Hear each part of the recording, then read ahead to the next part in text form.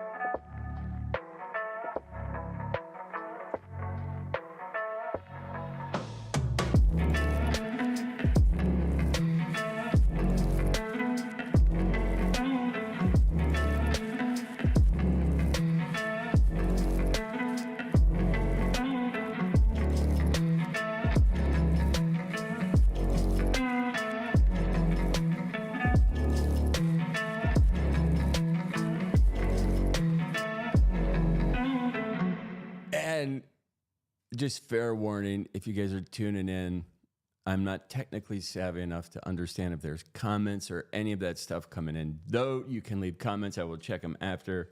But I am going to just record a podcast. I'm doing it live. I got some awesome visuals set up. As you can see, you're watching the Bitcoin miners. They're just hard at work. Let's kick it off.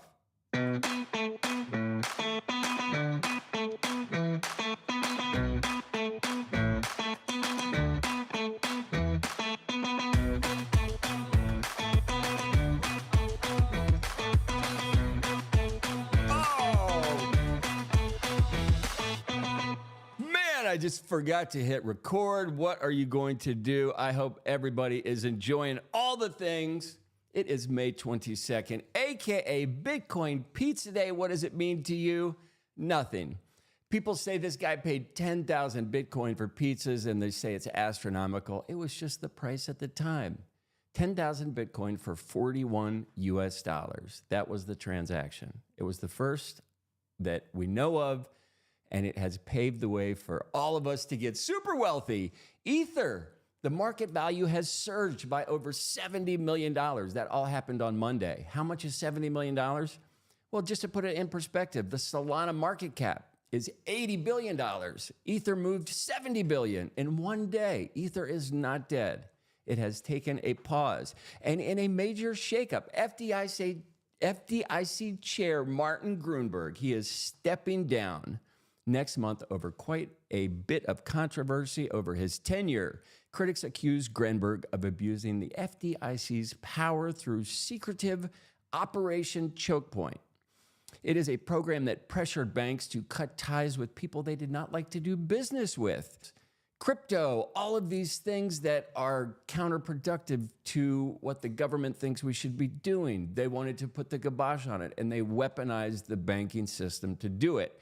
It was an overreach of power. Hopefully, we are going to right the ship sooner than later. Chaos to clarity, noise to narrative. It is Wednesday, May 22nd, and it is time for some rare bits. Today, the Crypto Greed and Fear Index, it is neutral to greed, which is unusual. Is this the sign of something new coming down the pike? Top crypto search term for the normies is Polyhedra Network. The ticker sign on that is ZK. It is up 29% on the 7-day. I have done no research at all on that, but I've looked at other stuff, and we're going to get into the other stuff that I did look at. The reason I have not looked up ZK Network, one, it is the first time it's popped up on my list. It usually doesn't set off bells till I see it 2 or 3 times for this particular analytic that I check daily and have been for the last couple years. Top NFT search term for the normies is Guild of Guardians. We have Bitcoin dominance. It has slid. Why? Because Ethereum dominance, as I mentioned, has changed 07. That is good to see. Total crypto market cap, it is kind of flat, coming in at about $2.74 trillion. And before we get into some more stuff, I wanted to check the numbers for the nerds. And we're going to do a couple things today. So one, I wanted to do this. Let me switch screens super quickly. We are quickly looking at the one-day market heat map. And as you can see, we have some red. Ethereum is the big red that we do see. It's only down barely, right? 0.53% on the day. So it had a tremendous jump yesterday. It is interesting looking at the map. Bitcoin has stayed above that $70,000. This is an interesting mark, not only for technical analysis, but it's an interesting mark for the psyche of the normies. And I report on them and look at their analytics all the time. This number is important to them. When we are looking at the numbers for this absolute moment in time, Bitcoin is coming in at $70,000, 371. Ethereum is trading at 3,756. How far away are we from hitting that all-time high with Ethereum? When do you think it comes? Do you think the ETF gets approved? Will that just send things parabolic? And when I say parabolic, I mean 2x, 3x. Is that in the future for Ethereum? We have BNB trading at 619. In my podcast, we have been charting that since about 300. It is nice to see it just reclaim this ground.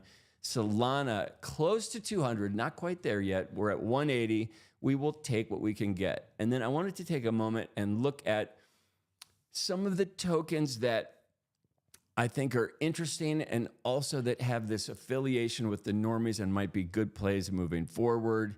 This is by no means an exhaustive list. This is a list that I put together in the last hour just to get some perspective. And an idea for perspective is if you are talking to your normie friends, and I had somebody ask me about Pepe and Mog, and is it too late to get in? Mog had a 50% jump the other day.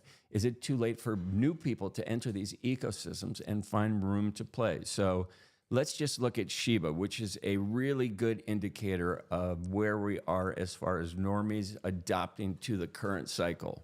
So SHIB it's up 188% on the year, which is absolutely brilliant. There are some new things with the Shibarium ecosystem that is going to increase the burn rate for that token. There's an underlying narrative, which is, it looks good. Do we see SHIB crack into the top 10 list, right? Sometimes it's number 11. Today it's coming in at number 12. Do we find utility for that? Could Elon, right, add some type of utility? And if he does, it's probably going to be with Doge. And is the only reason it is resilient because of what they call the SHIB army, the people that are just diehard holders that will not let go of the narrative? It is either one or the other. If you have comments on SHIB, please leave them in the comments. Next one, Pepe. It has risen to 21st in the market cap, which is absolutely amazing.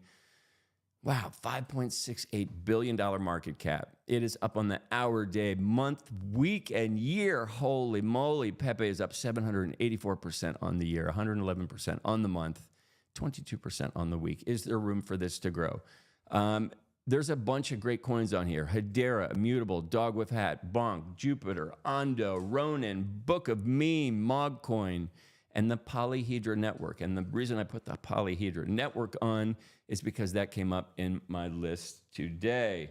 I'm going to take a quick sip of coffee.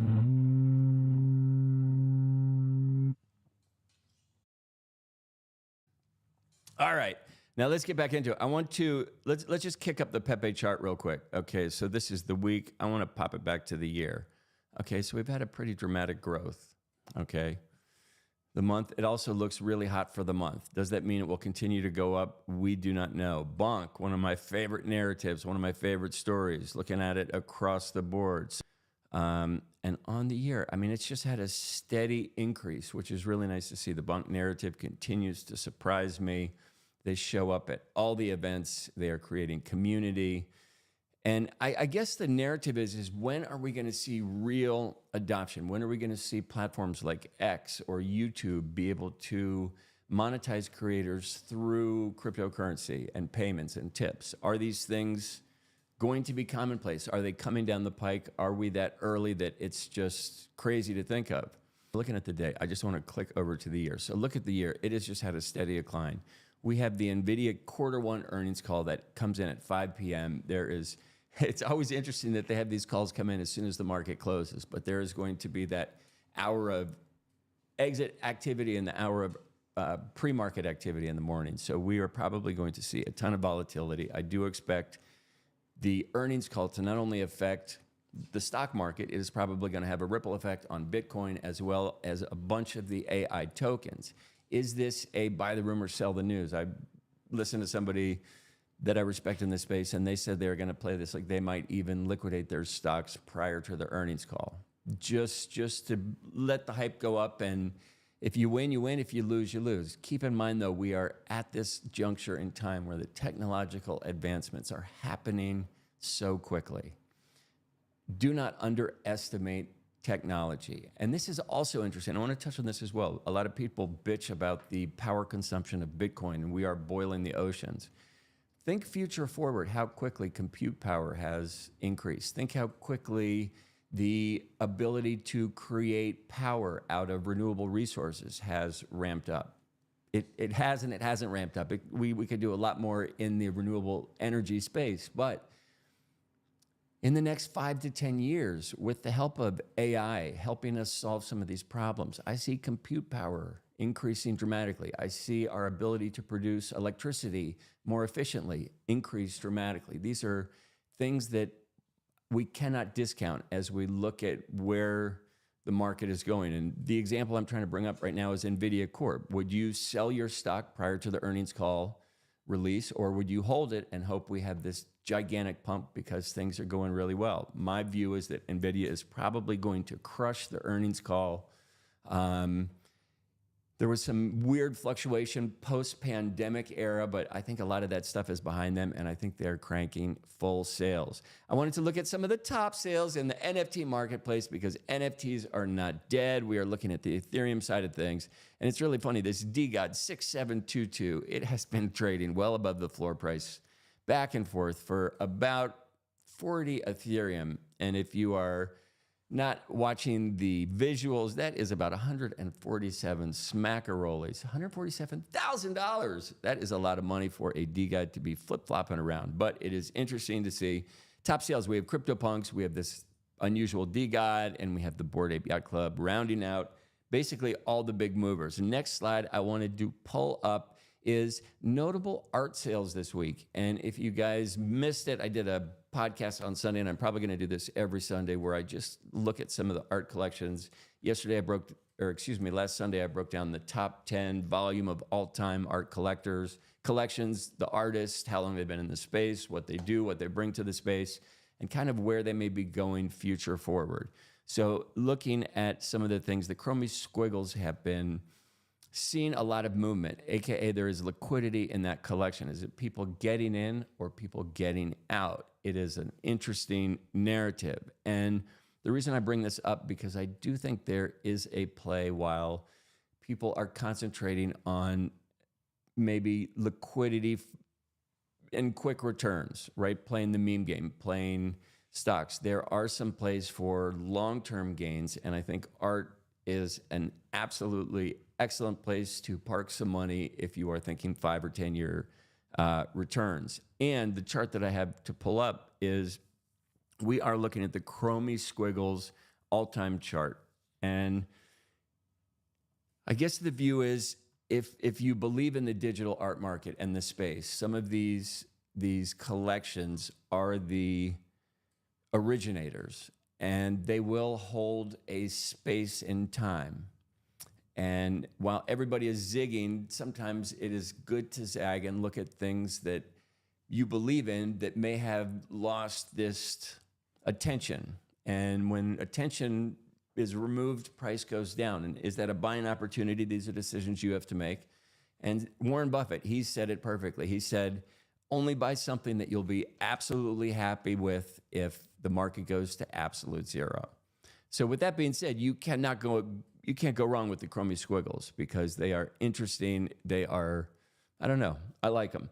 So I wanted to look at the NFT blockchains, digital art blockchains that are making a dent in the ecosystem. And I look at this every single day, and it has been so nice to see the newcomers just edge their way onto the list, one of which has been Blast. The other is Immutable.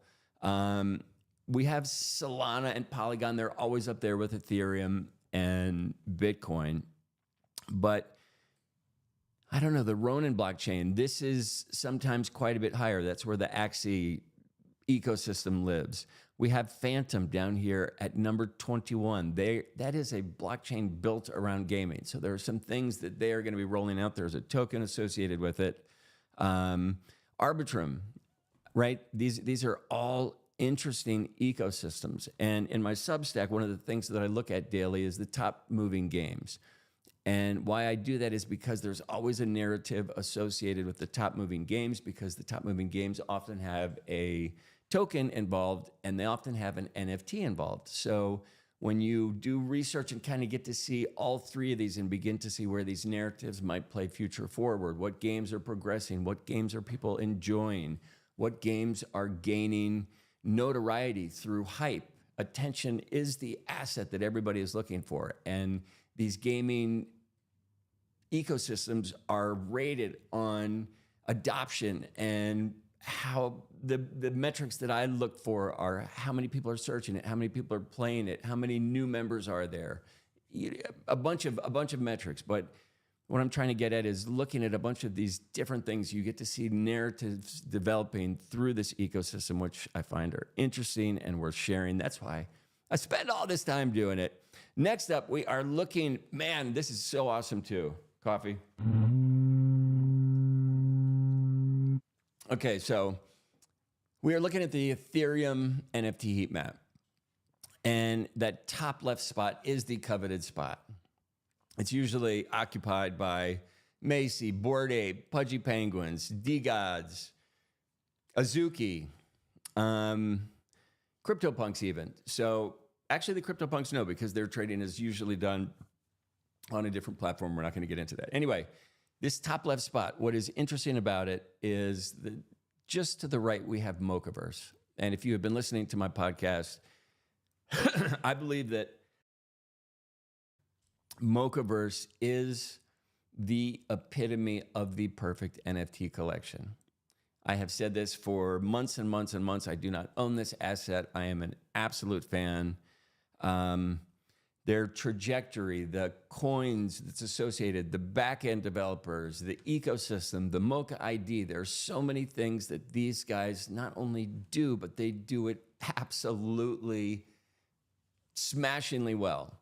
And what is interesting, and I'm even going to click on Mochaverse for a sec, because what is interesting about this, so this is a PFP that is associated with this collection.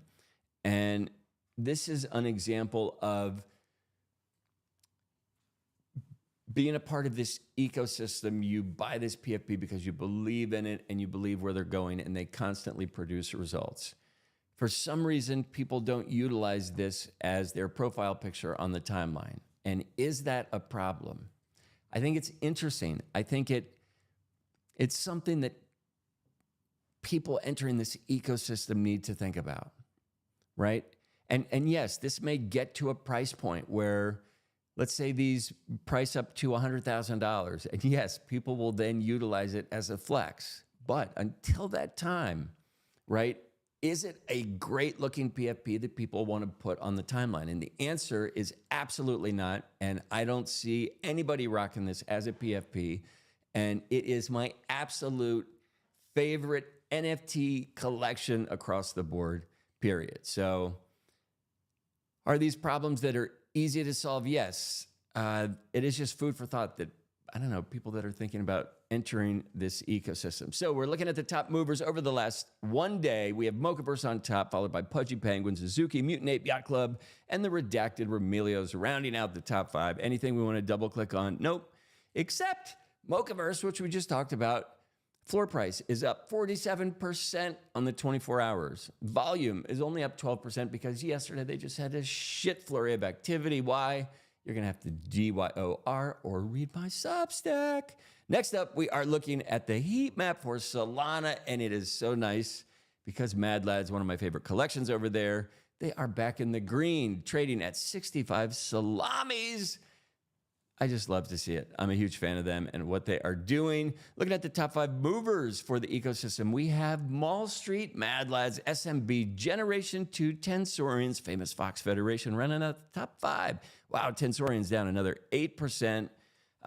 Mall Street down 5%. But That collection has 9,000 trades in the last 24 hours. What are people doing? Are they racking up points? Are they racking up tokens? What is happening? Is it a CNFT? Check my Substack. Looking at the top movers on the Bitcoin ecosystem, we have Node Monkeys, Bitcoin Puppets, Runestones, Quantum Cats, and OMBs will be number 6, but we are talking about the top 5. What are we going to look at here? The only thing I want to touch on, this is an ecosystem that has temporarily gone quiet. Is this a time to swoop in for a future play? What happens if interest continues to die in the ordinal, Runestone, BRC20, Quantum, whatever? What if interest continues to die in this and Bitcoin price continues to go up? And what if the price of the art that the underlying asset is on? We always look in this space that if the underlying asset goes up, the art's going to go up. What if we have something that doesn't happen like that, right? I'm just saying, just should I think about, should I look at? But the other thing that I'm looking at is the number of sales is really low across all collections on the 24-hour. There's only one pending sale in the Bitcoin ecosystem at the moment. Now we're going to click on the Magic Eden, new tab, the Runestones, which is awesome. I like the UX UI. They continue to polish this up and make it easier and easier to see what is going on and navigate. Top 5 movers. We have Fihu, Doggo to the Moon, Arsig, Genesis Rune, Pups World Peace, and BAMP. I just call it like I see it. That's all I can do. That's all I can do. We have some green, we have some red. There are some things happening. And next up, before we get, I have some awesome news lined up for you guys. I put this out in a tweet in the morning. I also put this out in my Substack. So these are the absolute firecracker meme coins of the moment. So as far as volume goes, the top 5 movers are Pepe, Arbitrum, Dog with Hat, Bonk, and Bohm, which is Book of Meme. The top skyrocketers, and what are we talking about when I say skyrocketers? Well, this coin went up 2,288% in 24 hours. It already has a $2 million market cap. Some people made a handful of money on that. Good for them. I wish I knew them. I wish I got that call early. I did not. What made that kind of money? Lumina AI Network. Is this a rip on a name to garner attention, or is there an underlying thing that is happening here? We have Gigi, we have Fifi, we have BitClouds, and we have OpenMind being the top 5 movers. We also have a bunch of wicked losers on the other side of things. Manikai, and it's interesting. I looked at that token. I thought it was interesting. I think that token, that Manikai token, is part of the new Solana phone that will be dropped to people soon. And I think that token will be on that phone for some reason. I feel like I reported on that a bit ago, but it's not doing too well. It's down. It's only down 9%, but still in this market where things are just skyrocketing, these things are down. We have a Bomer, which is on the Base network. It is down 10%. We have Popcat down, GameStop, GME on the Solana side of thing, and Chipepe also down 22% on the 24-hour. Next up, we are talking about our friend, and it seems like no longer an enemy. The former president, Donald Trump, it looks like he will be accepting cryptocurrencies at all functions moving forward, whether you want to tip him, buy him lunch, contribute to his political campaign aspirations, or his get out of jail card. He will accept your cryptocurrency, and he does not discriminate. So he's taking it all.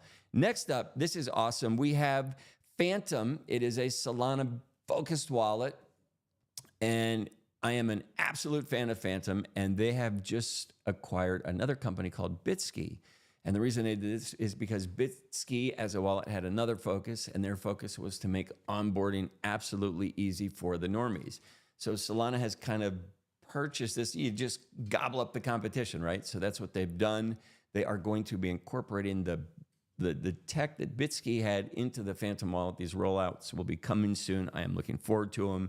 We are just talking about streamlined onboarding with the click of a button and the mouse and an email. You are ready to be on the blockchain. And these things are magic, and they're much needed for our crypto space. Next up, we are talking about, I can't even say it, Hamster Combat.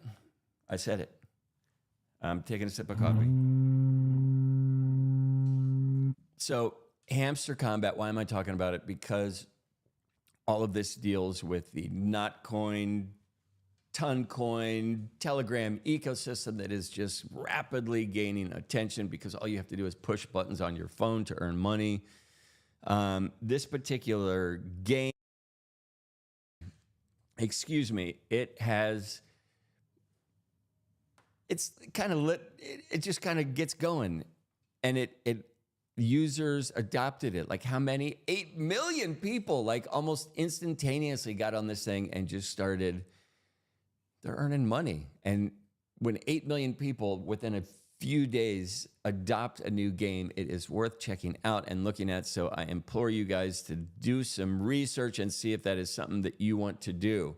We are looking at a picture of the Bored Ape Clubhouse. If you are just listening to the podcast, you are not missing anything. It is just a cartoon picture. But what I am bringing up, there was an anonymous trader and there was a report, and this guy just decided, hey, I think the bottom is in on the Bored Ape Yacht Club, and I am going all in on these guys. So he decided to purchase 100 of these Bored Ape Yacht Clubs, and since his purchase price, he's down over $2 million at current market value. So I'm continuing to watch this wallet and see where it goes. Again, is the bottom in? Do we continue to see things fall? What is the prognosis for the ecosystem?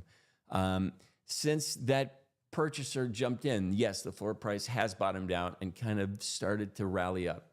When we see ETH just absolutely go on a tear, again, this brings up this question.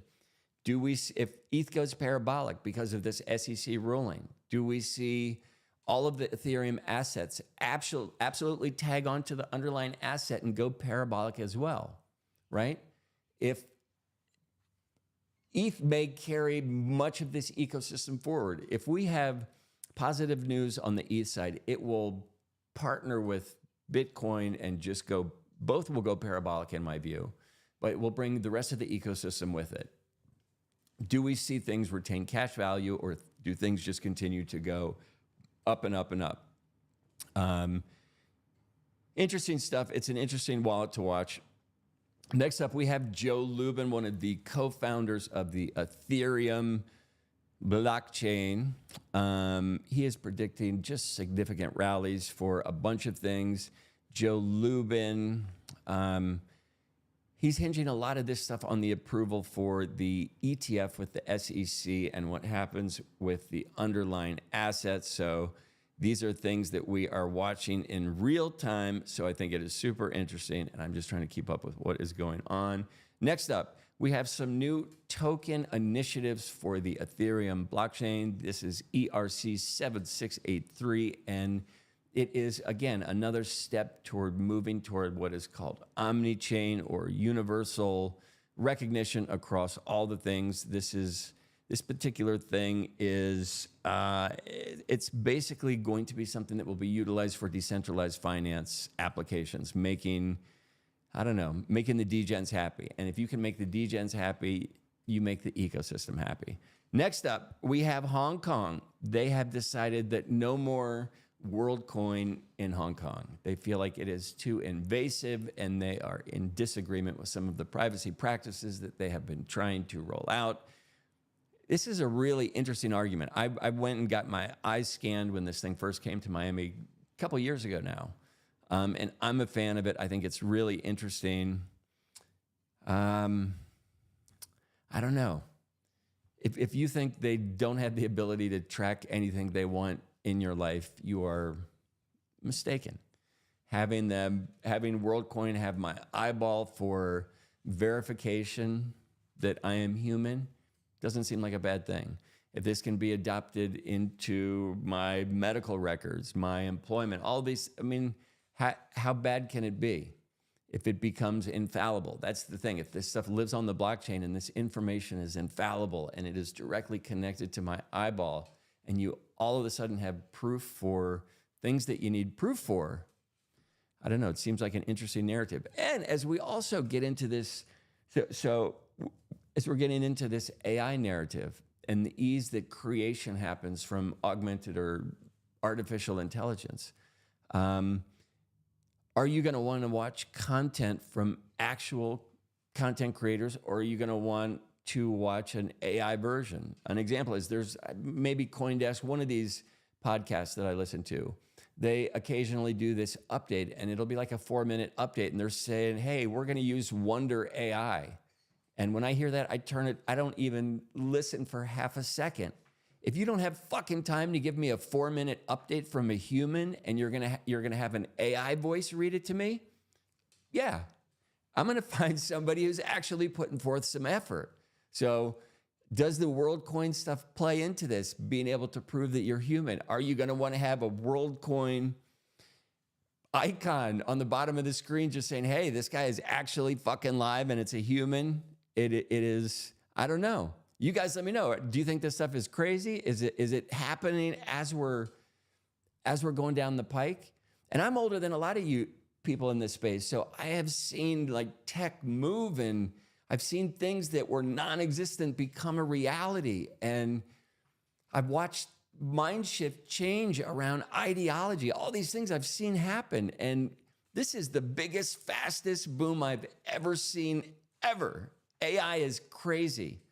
We are at conversational AI, and 3 years ago, nobody talked about it. It wasn't a thing. Now it's a part of everybody. If you have a computer, it is part of your life. Right? I mean, I don't know. It's crazy. It moves really fast, and it's a snowball effect. Boom, it's getting really big. Anyway, Ethereum's market value, it has surged by $70 billion. We talked about this at the intro. Man, there's some optimism. The people that are betting changed odds for approval from 25% to 75%. That happened late in the day. I reported that on my podcast yesterday, but it's just nice to see this Ethereum take a dominant position. I hope it continues. We have something called Europium, which is interesting. This is from their website, from the Brussels office. And when I was doing some due diligence this morning, they are trying to propose a blockchain to revolutionize record keeping and data storage among the member states. So states are looking to figure out ways to securely hold documentation. And everybody is turning to the blockchain as the end-all be-all answer. And it is. Why we're not voting on the blockchain, I wish somebody could give me an answer to that. It solves so many problems we're able to prove better than any other consensus mechanism we have, in my opinion. It is the end-all be-all for proof. So watching Europe move to this well before the United States, thanks to idiots like Senator Elizabeth Warren, who is just stifling progress. Sorry to get on a side rant, but it is, man, EU has always been a step ahead of us. Their food is better. Their ideology is better. Their emissions are better. Their renewable energy initiatives are better. Their healthcare is better. They think about their citizens holistically, and they think about people long-term. And we don't do that here in the United States. And it's because we stifle innovation, because people like Elizabeth Warren set crappy bullshit narratives, and it makes people afraid to be here. It makes creators want to create somewhere else where their creativity can flourish. And currently, the United States is not a place where technology and creativity are harmonious. So thank you, Elizabeth Warren. I hope your days are numbered. Please vote for John Deaton. Next up, we have Gala Games. So these guys suffered a pretty wicked hackathon. It wasn't a hackathon, but they lost about $22 million. So they were not very happy about it. They were able to figure out some things. It's a mess. There were some legal disputes with the co-founders. I do not want to get into the muck and mire on that, but it is a story that I wrote about in my Substack this morning. Sorry, coffee horn. And if you guys have been on Farcaster, it is what people are calling it, I guess, the purple app. It is the decentralized version of Twitter, I would say. And there are some thought-provoking conversation on there. There are some forward-thinking individuals. There are some progressive movements happening there. There is a technology forward nurturing ecosystem. I'm a fan of what they're doing over there. And apparently they just raised an additional $150 million in funding. They are going to be integrating Arbitrum and Ethereum into the ecosystem. I think they're currently running on Base now, but it's an interesting protocol. I'm not going to do a deep dive on this now. I might do a video about it shortly, but it is an ecosystem that is growing. If you happen to go over there, you can find me. My handle there is Beat. So look for me, follow me, and let's watch this thing grow. There's some tokens that were airdropped to people for using the ecosystem early on. They're interesting initiatives. So it's early on in the ecosystem, and I recommend you guys checking it out while you are still early. Next up, I love this, right? The SEC, they had their hands up everybody's ass, and Uniswap said, And they sent a 40-page letter back to the SEC saying, you guys are bozos.